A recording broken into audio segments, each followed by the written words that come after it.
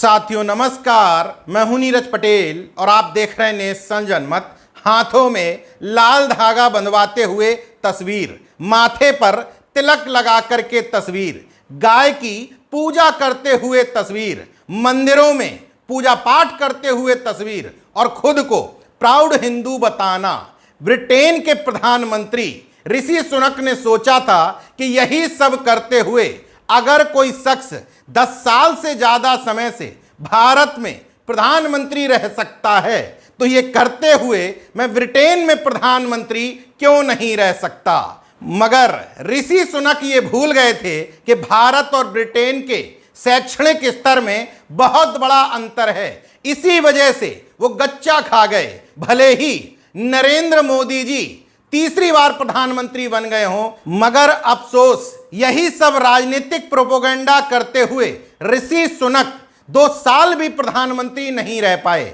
अक्टूबर 2022 में ब्रिटेन के प्रधानमंत्री बनते हैं, जुलाई 2024 में न सिर्फ इस पद से रुखसत हो जाते हैं बल्कि 14 साल से उनकी पार्टी कंजर्वेटिव पार्टी ब्रिटेन में शासन कर रही थी, वो बुरी तरीके से लेबर पार्टी से चुनाव हार जाती है। ऋषि सुनक के 2 साल के कार्यकाल और कंजर्वेटिव पार्टी के 14 साल के शासन से नाराजगी का आलम यह था कि ब्रिटेन की संसद की 650 सीटों में 400 से ज्यादा सीटें, नारा यहां मोदी जी ने लगाया था, लेकिन मोदी की विचारधारा वाले की सीट आई महज 120 और लेबर पार्टी की सीटें आई 400 पार, तकरीबन 415।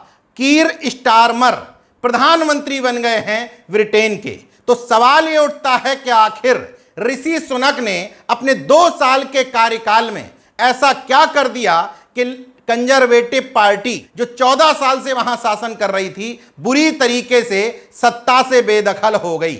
जब मीडिया रिपोर्ट्स आप देखते हैं तो आपको हैरत होती है कि भारत में जिन चीजों को राजनीति में सफलता का सूत्र माना जाता है वही तमाम चीजें ब्रिटेन के प्रधानमंत्री ऋषि सुनक के खिलाफ चली गईं। पहला मामला, ऋषि सुनक और उनकी पत्नी अक्षता मूर्ति की रहीसी। कहा जाता है कि ब्रिटेन की सबसे अमीर महिला हैं। इन दोनों की रहीसी तब ब्रिटेन के लोगों को खलने लगी जब कोरोना के समय के बाद ब्रिटेन महंगाई और बेरोजगारी से जूझ रहा था। इसके बावजूद इन दोनों ने अपनी महंगी लाइफस्टाइल नहीं छोड़ी। यहां यह बताना जरूरी है कि ऋषि सुनक की पत्नी अक्षता मूर्ति भारत के अरबपति उद्योगपति एनआर नारायण मूर्ति की बेटी हैं, जो इन्फोसिस के संस्थापक हैं।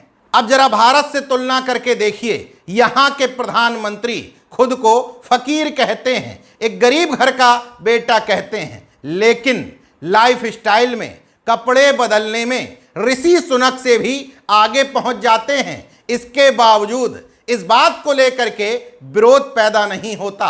ऋषि सुनक अपनी लाइफस्टाइल की वजह से ब्रिटेन के लोगों की आंख में चुभने लगते हैं। यह है एक अंतर। दूसरा अंतर सुन लीजिए, भारत के प्रधानमंत्री नरेंद्र मोदी पर लगातार आरोप लगते हैं कि वो विदेश यात्राएं बहुत करते हैं और भारत के टैक्स पेयर का पैसा अपनी विदेश यात्राओं में खर्च करते हैं। ऋषि सुनक पर यही आरोप लगता है कि जब आप क्लाइमेट चेंज की बात करते हैं तो फिर प्राइवेट जेट में क्यों टहलते हैं। दरअसल बीबीसी की एक संवाददाता ने इंटरव्यू के दौरान ऋषि सुनक से पूछ लिया था कि आप एक तरफ क्लाइमेट चेंज की बात करते हैं, दूसरी तरफ कम दूरी की यात्राओं में भी प्राइवेट जेट से यात्रा करते हैं, क्योंकि उसी समय आंकड़ा यह आया था कि प्रधानमंत्री बनने के महज 7 दिन के भीतर उन्होंने तकरीबन 5 करोड़ रुपए से ज्यादा प्राइवेट जेट की यात्राओं में खर्च कर दिए थे। हालांकि इस बात के उत्तर में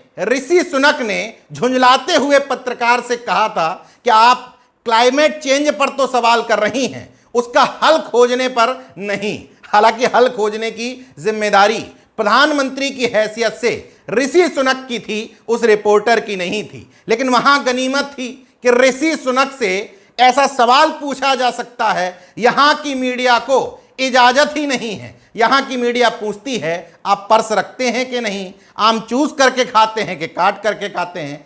खैर छोड़िए मोदी जी और उनकी गोदी में बैठी हुई मीडिया जाने, हम ऋषि सुनक की तरफ बढ़ते हैं। ऋषि सुनक जो इन तस्वीरों को खिंचा करके खुद को प्राउड हिंदू शायद इसलिए घोषित कर रहे थे कि भारतीय मूल के लोग जो बड़ी तादाद में ब्रिटेन में रहते हैं वो इनके समर्थक बन जाएंगे, मगर यही उनकी सबसे बड़ी कमजोरी साबित हुई। ब्रिटेन के लोगों को जहां इन तस्वीरों से ऐतराज होना शुरू हुआ, क्योंकि उनका कहना था हम ये सोचते थे कि आप ब्रिटेन को महंगाई, बेरोजगारी और आर्थिक संकट से उबारेंगे, लेकिन आप तो इस राजनीतिक प्रोपेगेंडा के शिकार हो गए। ब्रिटेन के लोग नाराज थे तो थे ही। मीडिया रिपोर्ट्स देख लीजिए, मीडिया रिपोर्ट्स बताती हैं कि भारतीय मूल के लोग जो ब्रिटेन में रह रहे हैं वो भी इस सब राजनीतिक ड्रामेबाजी से नाराज थे, और इस चुनाव में खुद को भारतीय मूल का बताने के बावजूद भारतीय मूल के लोग जो ब्रिटेन में रह रहे हैं उन्होंने ऋषि सुनक उनकी पार्टी का वो समर्थन नहीं किया। हैरत की बात देखिए, वही अंधभक्त जो भारत में इस बात का समर्थन करते हैं, ब्रिटेन पहुंचने के बाद उनका दिमाग खुल जाता है कि हमको धार्मिक एजेंडे पर वोट नहीं देना है। अब चलते चलते अंधभक्तों से एक सवाल, इतना दोगलापन लाते कहां से हो? जब 2022 में ऋषि सुनक ब्रिटेन के प्रधानमंत्री बने थे तो इन्हीं सब तस्वीरों को दिखा करके कहा जा रहा था कि प्रधानमंत्री नरेंद्र मोदी से प्रेरणा लेते हैं, इसलिए ब्रिटेन के प्रधानमंत्री बन पाए। अब जब 2 साल में ही पार्टी की नैया डुबो दी है तो किससे प्रेरणा लेते हैं? अब दूसरा दोगलापन देखिए, ऋषि सुनक के ब्रिटेन के प्रधानमंत्री बनने पर वही लोग जश्न मना रहे थे जो सोनिया गांधी को लेकर के नारा दिए थे, सोनिया इटली की नारी है, देसी अटल बिहारी है। सोनिया गांधी के प्रधानमंत्री बनने की जब सुगबुगाहट आई थी तो उनके सामने अटल बिहारी वाजपेयी थे। उन्हीं संघियों ने यह नारा दिया था और यह बताया था कि सोनिया गांधी को प्रधानमंत्री इसलिए नहीं बनना चाहिए क्योंकि वो इटली मूल की हैं। वही लोग ऋषि सुनक के भारतीय मूल होने पर जश्न मना रहे थे, जबकि यह दोहरा चरित्र है। ऋषि सुनक ब्रिटेन में अल्पसंख्यक होने के बावजूद अगर प्रधानमंत्री बन सकते हैं तो भारत में सोनिया गांधी के प्रधानमंत्री बनने पर क्यों सवाल उठाए गए थे?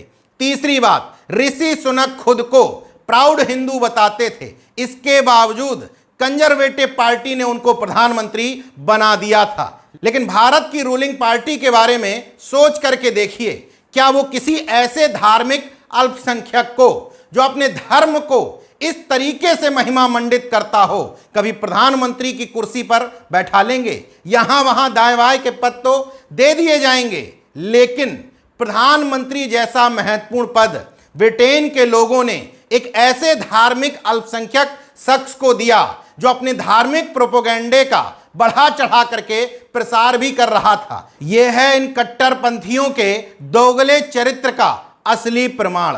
हालांकि भारत का नागरिक होने के नाते मैं ये कतई नहीं कहूंगा कि भारत की जनता को ब्रिटेन के लोगों से सीख लेने की जरूरत है, लेकिन इतना जरूर कहूंगा कि जिस राजनीतिक धार्मिक ड्रामेबाजी को भारत की जनता तकरीबन 11 साल से झेल रही है, ब्रिटेन की जनता 2 साल भी नहीं झेल पाई। देखते रहिए नेशनल जनमत, जागरूक और सजग बने रहिए। जय विज्ञान, जय संविधान, जय लोकतंत्र।